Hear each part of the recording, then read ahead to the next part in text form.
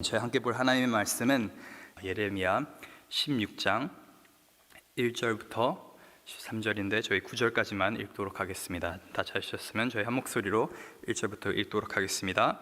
여호와의 말씀이 또 내게 임하여 이르시되 너는 이 땅에서 아내를 맞이하지 말며 자녀를 두지 말지니라. 이곳에서 낳은 자녀와 이 땅에서 그들이 해산한 어머니와 그들을 낳은 아버지에 대하여 여호와께서 이와 같이 말씀하시오니 그들은 독한 병으로 죽어도 아무도 슬퍼하지 않을 것이며 묻어지지 않아 지면의 분토와 같이 될 것이며 칼과 기근에 망하고 그 시체는 공중의 새와 땅의 짐승의 밥이 되리라. 여호와께서 이와 같이 말씀하시되 초상집에 들어가지 말라. 가사 통곡하지 말며 그들을 위하여 애곡하지 말라. 내가 이 백성에게서 나의 평강을 빼앗았으며 인자와 사랑을 제함이라. 여호와의 말씀이니라. 큰 자든지 작은 자든지 이 땅에서 죽으리니 그들이 매장되지 못할 것이며 그들을 위하여 애곡하는 자도 없겠고 자기 몸을 베거나 머리털을 미는 자도 없을 것이며 그 죽은 자로 말미암아 슬퍼하는 자와 떡을 떼며 위로하는 자가 없을 것이며 그들의 아버지나 어머니의 상사를 위하여 위로의 잔을 그들에게 마시게 할 자도 없으리라. 너는 잔치집에 들어가서 그들과 함께 앉아 먹거나 마시지 말라. 만군의 여호와 이스라엘의 하나님께서 이와 같이 말씀하시니라. 보라, 기뻐하는 소리와 즐거워하는 소리와 신랑의 소리와 신부의 소리가 내 목전 내 시대에 이곳에서 끊어지게 하리라. 아멘. 네, 저희 계속해서 예레미야 말씀 묵상하고 있습니다. 예레미야는 하나님의 말씀, 하나님의 메시지를 전했던 그러한 선지자입니다. 하나님의 택함을 받고 또 하나님의 은혜로 살아왔던 이 유다 백성들을 향해서 정말 하나님이 안타까워하시는 그 마음, 그리고 그들이 하나님을 배반하면서 곧 받게 될 심판에 대해서 이 예레미야 선지자는 계속적으로 선포를 하는데요. 여기서 저희가 중요하게 봐야 되는 것은 예레미야는 단순하게 말로만 이 하나님의 메시지를 선포했던 것이 아니라 자기의 인생, 삶으로 그 메시지를 선포했습니다. 그래서 오늘 본문 1절부터 9절까지 하나님께서 예레미야 선지자에게 세 가지 금지 명령을 내리십니다. 이것들을 하지 말라라고 말씀하시는데 그 첫 번째가 바로 결혼과 출산입니다. 하나님께서 결혼과 출산을 금지하십니다. 본문 1절과 2절 다시 한번 살펴보도록 하겠습니다. 여호와의 말씀이 또 내게 임하여 이르시되 너는 이 땅에서 아내를 맞이하지 말며 자녀를 두지 말지니라. 많은 분들이 아마 아실 겁니다. 전 세계에서 출산율이 가장 낮은 나라라고 한다면은 이 대한민국을 저희가 꼽을 수가 있습니다. 저 유엔에서 발표한 통계 자료에 의하면은 2018년도, 2019년도 또 OECD 국가 중에선 유일하게 이제 한 여성이 평생 자녀를 낳을 때 한 명 이상을 낳지 않는 국가가 유일하게 이제 대한민국입니다. 그 정도로 참 저출산이 굉장히 큰 문제라고 사회적인 이슈로 그렇게 떠오르고 있습니다.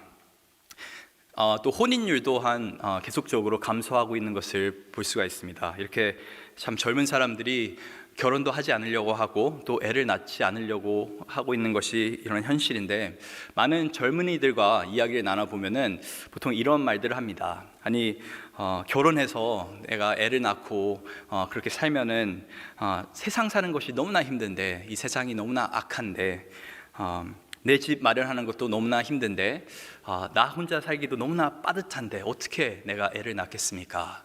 오히려 애를 낳아가지고 그 아이가 불행하게 사는 것보다는 내가 차라리 애를 낳지 않고 그냥 평생 혼자 사는 것이 낫겠습니다 라고 실제로 생각하는 젊은이들이 굉장히 많습니다. 참 슬픈 현실이죠. 한 50년 전만 하더라도 여성 한 명당 아이를 한 6명 정도 낳았다고 하는데, 이제는 굉장히 이제 저출산의 어떤 추세로 가고 있습니다. 세계적인 추세가 이제 저출산의 추세인 것이죠. 그런데 오늘 본문에서 이 예레미야 선지자에게 하나님께서 말씀하십니다. 너는 아내를 두지도 말고 또 아이를 낳지도 말아라. 하나님께서 어떻게 보면 저출산을 이렇게 하라는 그런 명령으로 보입니다. 아이를 낳지 말라는 것이죠. 어떻게 보면 하나님 말씀에 좀 위배되는 말 같습니다. 왜냐하면 하나님께서 직접 너는 생육하고 번성하라고 말씀하셨는데, 여기서는 아예 결혼도 하지 말고 출산도 하지 말라고 말씀하십니다.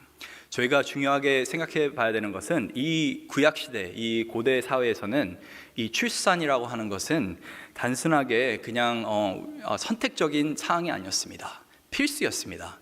누구나 다 결혼을 했고 누구나 다 아이를 낳았습니다. 그 이유는 먼저 그 아이가 신에게 받는 어떤 복의 상징이었기 때문에 그렇습니다. 이게 왜 복의 상징이었냐면은 요즘 사회에서는 저희가 65세 이후에도 계속적으로 은퇴하지 않고 열심히 저희가 생활할 수 있고 돈도 벌 수 있고 어떻게 보면 능력이 있기 때문에 내 인생 하나쯤 또 내 배우자 정도는 책임지고 살 수가 있습니다. 그런데 이 고대 사회만 하더라도 육체적인 노동을 바탕으로 한 그런 삶을 사람들이 살았기 때문에 고령이 되면은 기본적으로 노동을 할 수가 없습니다. 그 말은 뭐냐면은 이제 임금이 없다는 것이죠. 임금이 없다는 것은 생활이 안 된다는 것입니다. 그렇기 때문에 자녀를 낳는 것은 필수 사항이었습니다. 어떻게 보면 미래에 대한 보장이었던 것이죠. 자녀가 없으면은 미래가 어두웠던 것입니다. 자녀의 문제는 어떻게 보면 이 미래의 문제와 직결되는 것인데 하나님께서 이 예레미야 선지자에게 너는 아내를 두지도 말고 또 자녀를 두지도 말아라 라고 명령하시는 것은 즉 너에게 미래가 없다는 것입니다. 이 참혹한 현실, 이 비참한 삶, 이 결국엔 무엇을 나타내고 있습니까? 바로 유다가 곧 직면하게 될 이 현실을 말하고 있는 것입니다. 유다가 너가 아내가 없는 것처럼 자녀가 없는 것처럼 즉 미래가 없는 것처럼 곧 유다 또한 이런 미래 없는 삶을 살게 될 것이라고 하나님께서 말씀하고 계시는 것입니다. 오늘 본문 3절과 4절을 보시면 이렇게 나와 있습니다. 이곳에서 낳은 자녀와 이 땅에서 그들을 해산한 어머니와 그들을 낳은 아버지에 대하여 여호와께서 이와 같이 말씀하시오니 그들은 독한 병으로 죽어도 아무도 슬퍼하지 않을 것이며 묻어주지 않아 지면의 분토와 같을 것이며 칼과 기근에 망하고 그 시체는 공중의 새와 땅의 짐승의 밥이 되리라. 이것이 유다의 미래입니다. 사람이 죽어도 아무도 슬퍼하지 않는 그런 현실, 시체가 깔려 있는데도 아무도 치우지 않고 그래서 시체가 동물의 밥이 되는 현실, 너무나 비참한 현실이죠. 저희가 2년 전에 인도에서 어떤 목사님이 오셔서 EM 쪽에 이렇게 말씀을 전한 적이 있습니다. 데이바 목사님이라고 하는데 최근에 코로나 때문에 이제 소식을 주고받고 또 EM 쪽에서는 펀드레이징도 했었는데 그분이 하는 말이 코로나 때문에 정말 길거리에 사람 시체가 깔려 있다라는 이런 그런 표현을 쓰시더라고요. 정말 사람이 이제 기본적인 어떤 의료 혜택을 보지 못하기 때문에 산소가 없어서 정말 사람들이 죽어나오고 있다는 그런 어떤 비참한 현실을 이렇게 나누면서 많은 저희 EM 성도들이 마음이 움직여서 또 열심으로 헌금해서 이렇게 서포트를 하고 또 그랬습니다. 기도도 하고 있고 이것이 바로 유다의 미래입니다. 전쟁터와 같은 그런 삶을 살게 될 것이죠. 전쟁 중에는 뭐 옆에 사람이 죽어나도 어쩔 수가 없습니다. 피해야 되는 것이죠. 슬퍼할 시간이 없습니다. 바로 하나님께서 말씀하시는 것은 곧 이 유다 땅에 전쟁이 일어나게 될 것이고 이 땅이 참 비참한 어떤 황무지로 변하게 될 것이라고 그렇게 말씀하고 계시는 것입니다. 두 번째로 하나님께서 무엇을 금하고 계십니까? 초상집에 출입하는 것을 금하고 계십니다. 본문 5절 한번 보도록 하겠습니다. 여호와께서 이와 같이 말씀하시되 초상집에 들어가지 말라. 가서 통곡하지 말며 그들을 위하여 애곡하지 말라. 내가 이 백성에게서 나의 평강을 빼앗으며 인자와 사랑을 제함이라. 여호와의 말씀이니라. 초상집에 문상가는 것조차도 참 사랑하는 사람을 잃은 사람들을 위로하는 그 일조차도 하나님께서는 금하십니다. 바쁜 현대 사회 속에서도 이 장례식장을 가는 것, 누군가를 위로하는 것은 굉장히 중요한 일입니다. 저도 목회를 처음 시작했을 때 많은 분들이 저에게 말씀해 주셨던 게 누군가의 결혼식을 참석하지는 못하더라도 장례식은 꼭 참석하라고 말씀하시더라고요. 저도 생각해 보면은 제 결혼식에 오신 분들은 얼굴이 잘 기억이 안 납니다. 그런데 저희 할아버지가 돌아가셨을 때, 또 저희 가까운 어떤 친척들이 돌아가셨을 때 특히 왔던 저희 친구들 또 지인들 그들의 얼굴은 지금까지도 제가 기억하고 있습니다. 그만큼 그 당시 너무나 그 아픔과 슬픔이 크기 때문에 한마디의 위로 또 한마디 안 한다 하더라도 그 사람들이 오는 것 자체가 너무나 큰 위로가 되는 것이죠. 그래서 이런 장례 문화는 어떤 나라에도 있습니다. 인간이 해야 될 기본적인 도리로 많은 사람들이 봅니다. 그러한 기본적인 도리를 오늘 본문에서 하나님께서 뭐라고 말씀하시냐? 하지 말라라고 말씀하십니다.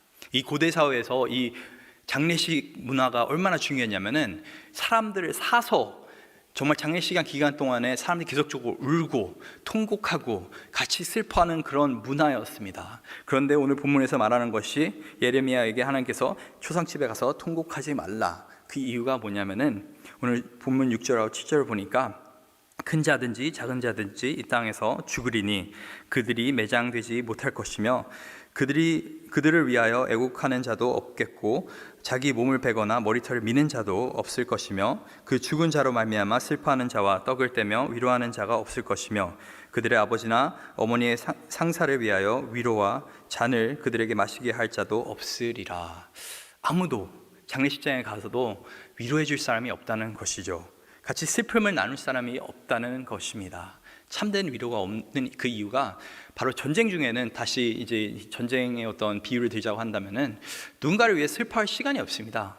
사방에 죽음이 깔려 있기 때문에 이 죽음의 그늘 아래 사람들이 살고 있기 때문에 사람들이 계속적으로 어떻게 보면 슬퍼할 시간도 없이 그렇게 살아가고 있는 것이죠.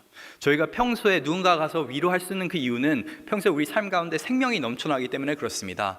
살아가는 사람이 죽는 것이 일반적인 일이 아니기 때문에 그렇습니다. 간혹 가다가 일어나는 일이기 때문에 그렇습니다. 그런데 오늘 본문에서 말하는 것이 죽음이라는 그 현실이 결국에는 너의 일상이 될 것이다 라고 예레미야 선지자를 통해서 유다 백성들에게 하나님께서는 말씀하고 계십니다. 그래서 미래가 없는 현실, 죽음이 깔려있는 그 현실에 대해서 하나님께서 계속적으로 말씀하고 계시는데 세 번째로 금하고 계시는 것이 바로 이 잔치집을 참석하는 것을 하나님께서는 금하고 계십니다. 오늘 본문 8절에 보면은 너는 잔치집에 들어가서 그들과 함께 앉아 먹거나 마시지 말라라고 하나님께서 말씀하십니다. 여기서 이 잔치집은 이후의 맥락을 보게 되면은 혼인 잔치를 말하고 있는 것입니다. 결혼식을 말하고 있는 것이죠. 현대 사회에서는 이 결혼식이 한두 시간 정도면은 끝나게 되지만은 이 유대인들에게서는, 유대인의 풍습에서는 거의 이 결혼 잔치는 일주일 동안 정말 온 동네가 함께 모여서 같이 즐거워하고 기쁨을 나누는 그런 기쁨의 잔치였습니다. 일생 중에서 누군가에게 가장 기쁜 그러한 잔치였는데 하나님께서는 이 잔치를 참석하지 말라고 말씀하십니다. 본문 9절을 보시면은 왜냐하면 기뻐하는 소리나 즐거워하는 소리, 신랑의 소리, 신부의 소리 다 내 목전에서 끊어지게 하리라고 하나님께서 말씀하시기 때문에 그렇죠. 이것이 유다의 미래입니다. 미래가 없는 현실, 또 참된 위로가 없는 현실, 참된 기쁨이 없는 현실, 유다가 곧 직면하게 될 전쟁터와 같은 그런 현실입니다. 이런 현실을 보고 사람들이 질문을 합니다. 본문 10절에서 하나님께 질문하는데 내가 이 모든 말로 백성에게 말할 때 그들이 내게 묻기를 여호와께서 우리에게 이 모든 큰 재앙을 선포하심은 어찌 됨이요 우리의 죄악은 무엇이며 우리가 우리 하나님 여호와께 범한 죄는 무엇이냐 하거든. 사람들이 하나님께 불만을 터뜨립니다. 이 참혹한 현실 앞에서 왜 우리가 도대체 이런 현실을 맞이해야 되냐고, 왜 우리 인생이 이렇게 비참하게 밖에 될 수가 없는지에 대해서 오히려 하나님께 반문을 하면서 하나님께 질문을 던지는 그런 모습들을 보게 되는데 오늘 본문 11절에 보게 되면은 하나님께서 분명하게 왜 이런 재앙을 유다 땅 가운데 허락하시는지를 말씀하십니다. 너는 그들에게 대답하기를 여호와께서 말씀하시되 너희 조상들이 나를 버리고 다른 신들을 따라서 그들을 섬기며 그들에게 절하고 나를 버려 내 율법을 지키지 아니하였음이니라. 하나님께서는 우리를 절대 버리지 아니하십니다. 그런데 사람들은 하나님을 버립니다. 그래서 두 번이나 너희가 나를 버리고 너희가 우상을 섬기면서 또 나를 버리고 나의 말을 지키지 않았다. 하나님께서 이 백성을 버렸기 때문에 이 재앙이 내려지는 것이 아니라 이 백성들이 하나님을 버렸기 때문에 어떻게 보면 하나님이 이 재앙을 내릴 수밖에, 심판을 내릴 수밖에 없는 것을 저희가 보게 됩니다. 심판의 내용이 뭡니까? 바로 이 우상 숭배, 이 현실 속에서 계속적으로 사는 것이 이들의 심판의 내용입니다. 오늘 본문 12절에 보면은 너희가 너희 조상들보다 더욱 악을 행하였도다. 보라, 너희가 각기 악한 마음에 완악함을 따라 행하고 나에게 순종하지 아니하였으므로 내가 너희를 이 땅에서 쫓아내어 너희와 너희 조상을 알지 못했던 땅에 이르게 할 것이라. 너희가 거기서 주야로 다른 신을 섬기리니 이는 내가 너희에게 은혜를 베푸지 아니함이라 하셨다 하라. 사실 이 참혹한 현실보다 더 무서운 것은 바로 이 하나님과의 단절된 관계입니다. 하나님께서 말씀하시는 것이 너희가 계속적으로 나를 버리고 우상을 섬긴다고 한다면은, 다른 신을 섬긴다고 한다면은 평생 그렇게 살아라. 어떻게 보면 하나님의 가장 무서운 심판인 것이죠. 이렇게 우상 숭배, 불순종의 어떤 죄 때문에 하나님께서 이 유다 백성에게 심판을 허락하시는데, 근데 저희가 중요하게 살펴봐야 되는 것은 이 우상 숭배 문제, 이 불순종의 문제는 그냥 하루아침에 갑자기 생긴 문제가 아니라 이 민족 가운데 뿌리 깊게 박혀있던 이 죄악의 뿌리가 존재했던 것을 저희가 보게 됩니다. 왜냐하면 우리의 조상들, 너희의 조상들 또한 이 죄악된 삶을 살았고, 너희는 이 조상보다 더 악한 마음으로 더 완악하게 이렇게 우상을 섬기고 있다고 오늘 본문에서 하나님께서 말씀하십니다. 저희가 가끔 이렇게 우리 자녀들 보고 질문을 합니다. 제 옛날에는 참 착했는데, 교회 참 열심히 다녔는데, 말씀도 잘 읽고 외우고 했는데 갑자기 보니까 교회도 잘 안 나가려고 하고 반항하고 신앙이 완전히 무너져 있는 것을 보게 됩니다. 그것은 갑자기 한순간에 일어난 일이 절대 아닙니다. 우리 자녀들 마음 가운데 그 뿌리 깊게 박혀있는 죄악의 어떤 본질이 있기 때문에 그렇습니다. 죄된 습성이 있기 때문에 그렇습니다. 우리 삶 가운데도 동일합니다. 이 코로나 시대에 살고 있습니다, 저희가. 그래서 코로나 때문에 내 신앙이 많이 무너졌구나, 하나님과의 관계가 좀 많이 깨어졌구나, 그런 말을 저희가 할 수가 있는데, 사실 코로나가 우리의 신앙을 흔들어 놓은 것은 아닙니다. 우리의 신앙을 흔들어 놓은 것은 우리 마음 가운데 뿌리 박힌 그 죄악의 뿌리가 바로 우리의 신앙을 흔들어 놓고 있는 것입니다. 단순하게 코로나 시대 때문에 그것이 그 죄악의 뿌리가 드러난 것이지 우리의 인생을 뒤흔드는, 우리의 믿음을 뒤흔들어 놓는 것은 결국에 우리 안에 있는 죄의 문제라는 것입니다. 어떤 아이의 문제도 아니고 어떤 시대의 문제도 아니고 내 안에 있는 이 죄의 문제, 계속적으로 하나님을 버리고 다른 신을 섬기려고 하는 것, 계속적으로 나의 생각대로 살려고 하고 하나님 말씀대로 살지 않는 것, 그 뿌리가 우리 가운데 존재하기 때문에 우리는 계속적으로 넘어지고 이 우상숭배의 길을 걷게 되는 것입니다. 문제는 그렇게 살아갈 때 우리의 현실은 어떻게 됩니까? 미래가 없습니다.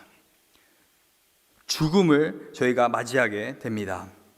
계속적으로 참된 위로와 참된 기쁨이 없는 그러한 삶을 살게 됩니다. 오늘 본문에서 하나님께서 말씀하고 싶어 하시는 것은 너희가 나를 떠나 살게 되면은 결국에는 가정이 무너지게 되어 있고, 결국엔 죽음이라는 문제에 벌벌 떨게 되어 있고, 결국에는 참된 기쁨 없이 이 세상 그냥 잠깐 살다가 가는 것이다.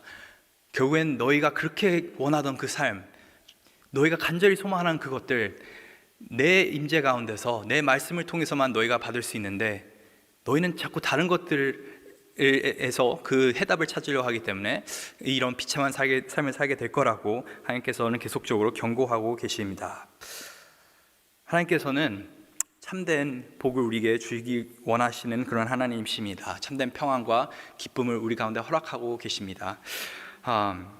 근데 이런 것들이 어느 상황 속에서 우리에게 주어지냐면 올바른 하나님과의 관계 속에서만 이것이 우리 가운데 허락되는 줄 믿습니다. 왜냐하면 하나님 안에 참된 기쁨이 있기 때문에, 하나님 안에 참된 평안과 위로가 있기 때문에 그렇습니다. 이 구약의 이 예레미야 선지자를 비롯한 많은 선지자들을 통해서 하나님께서는 말뿐만 아니라 그들의 삶을 통해서 하나님의 메시지를 던졌습니다. 경고의 메시지죠. 그런데 신약에 오게 되면은 또 다른 하나님의 선지자를 하나님께서 보내시는데 바로 예수 그리스도이십니다.